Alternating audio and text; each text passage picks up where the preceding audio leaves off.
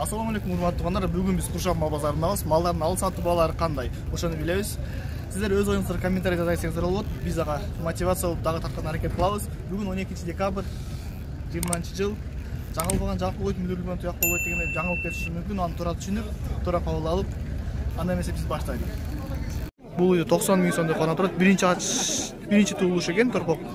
Ургачы торпок. Сүтү аябай жакшы, мен азыр айланып көрсөм.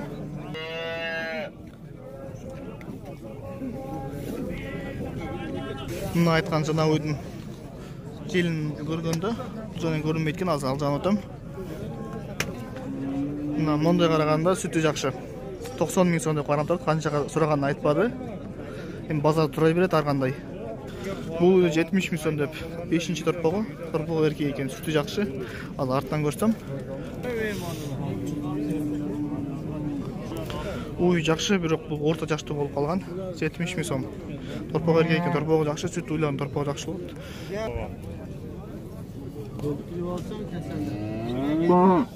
Бул эне бала уйларды 160 миң сомго сурап атат. Бул былтыркы торпогу. Бул жана турган эркек торпок, быйыл торпок экен, 160 миң сом берип атыптыр азыр.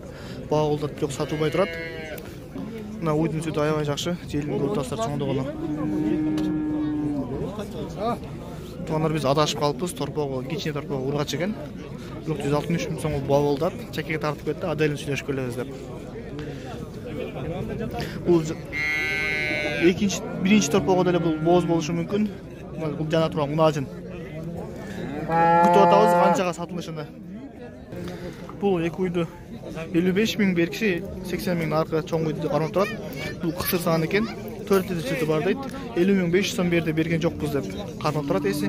Наркы уйга 70 миң 500 берди, берген жокпуз дейт. Сары уй туйын деп калган, бооз экен.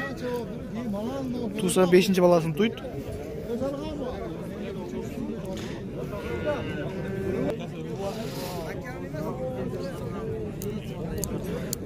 Бул уй бооз туйын деп калган.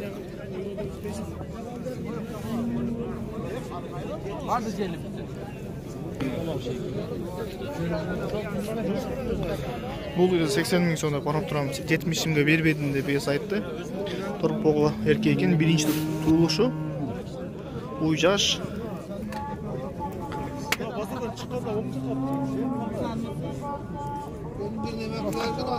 $80 миң сом, 70 миңге бербедим дейт. Базар кандай экен, өз оюңузду комментарийде жазып толук. Жана уйлар 165 миң сомго сатылды, 3 баш. Мына сүттүүлүгүн көрүп турасыздар, чоңдугун эле базардагы эң алдыңкы малдардын бири.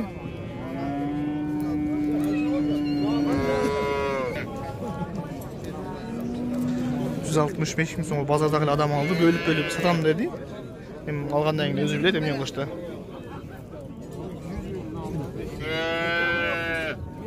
Бул эки мунажыны 130 миң сом деп эс кармап турат. Бул жалгыз өзү кашкасы 60 миң дедим. 60 миң экөө тең боз, экинчи туруштар экен. Бул кара уйду өтө жакшы уй болот деп туугандар өздөрү алып калды деп бири-бирине төтүп атышат. Экөө тең боз экен. Мунажында 55 миң деп эс кармап турат. Мына өзү көргөндөй эми сүттүү экен. Сүт агылып, бул сабалган эмес болсо керек этемен. Мурунку видеолордо эле туугандар айтып келгенбиз, уйларды мындай кыйнабай эле этемен, жөн эле сагып, товарный вид кылбай эле базарга алып чыксак тура эле болот деп ойлойм. Булардын деле жаны ооруп, эмчектер бузулуп, кээ бирлери иштебей калышы мүмкүн. Мындай кылганга чакырат элем туугандар. Сагып жакшынакай эле болуп, алып келип сатса, сонун болмок. Уйларды 95тен деп карап турат, үчөөнү. Ортодогусу 85 экен. Ортодогусунун баласы эң кичине дейт. Бул чекедеги каранын баласы чоң, жакындап калган. Тиет деп айтып атат. Бул сарыныкы кичинерээк экен. Уйлар жаш уйлар, экинчи туруштары. Адамдар ороп алган, толук көрсөтө албасам керек. Мына уйлардын артын көрсөтө кетейин. Базар тар болгондо толук көрсөтө албайм. 95, ортодогусу 85 экен. 78 миңге сатылды. Үстүнөн ашканы болсо алат экен. Бул 130 миң сом деп эс кармап турат. Торпок эркек экен, өздөрүнүн аябай чоң торпок. Сүт уйлардын торпоктору жакшы болот. Уй орто жаш болуп калган.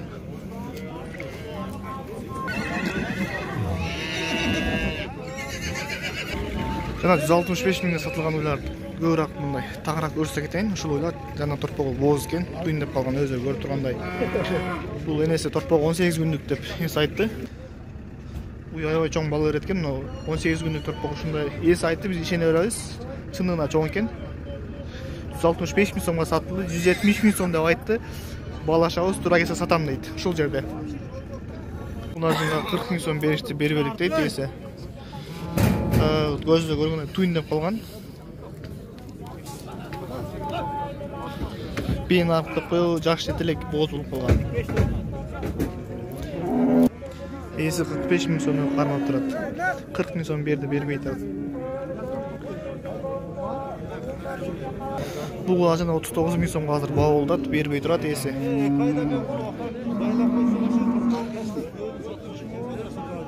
Бул ажында 60 миң сом эс кармап турат, 57 миңге багылышты берген жокпуз дейт. Андан кийин ашкан болсо беребиз дейт, бооз экен. Бою чоң, биринчи душу. Бул 100 миң сом деп эс кармады, адам 1 сом кеми жок деп айтты биздин алдыбызда. 85 миң сомго багылып албай кетти, торпогу уурач экен. Алтын туган уй. Сүттү алдынан көрдүм. Алдан көргөндө ушундай чоң уй. 6 торпогу уурач экен. 100 миң сом. Бул ангус породасындагы сүт багытындагы торпог экен. 30 миң сом. Ангус дейт. Тазабы? Таза ангус деп. Ооба. Тазада чалышты. Беркинде малы качкан. Мындай кого качкан дека бар. Пистолетнеч. Беркинде кача кимес экен? Жок. Кыргыз мал да. Искусственное оплодотворение дейли. Бет врачтар качкан. Ака. Канча берди? 25,5 миң. 25,5 миң.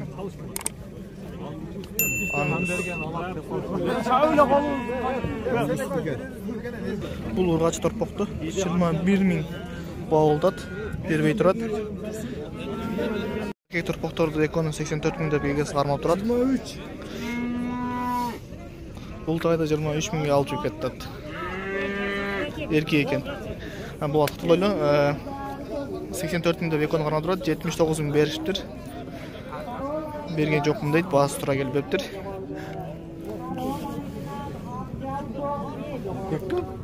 Экоден соң чоң болгодай бакса. Бул ургач торпоктор 21 миң 200 сомго сатылды, баасын салат, акчасын алат көртастар.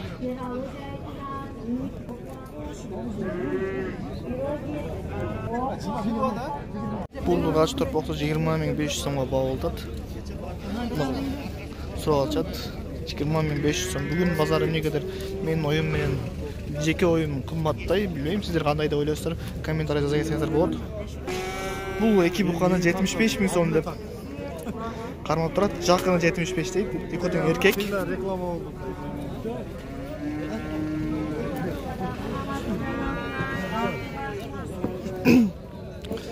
Сиз көп убакыттан бери базарда иштеген адам катары бүгүн мал базарды кандай деп ойлойт элеңиз?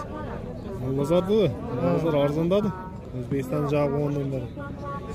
5 миң түшпөйт базар. Граница ачык болгондо кымбат болот, а? Граница ачык болгондо мыналар 40 миңден кетип аткан да. Ушуларбы? Азыр 35 миң болуп калды. Мисалы, дыйканга жакшы да саткан болсо турабы? Силерге кымбат алып, баары ошол эле ортодо кичинеле акча ойнойт да. Биз базалар көтөрүлгөн болсо деле алып 500 сом, 1000 сом үстүнө сатабыз. Арзан болсо деле арзан алып арзан сатабыз. Вот, ошо айтып коем, силерге билмесе деле керек да. Мисалы, дыйкандарга жакшы да кымбатка сатып. Дыйкандарга жакшы.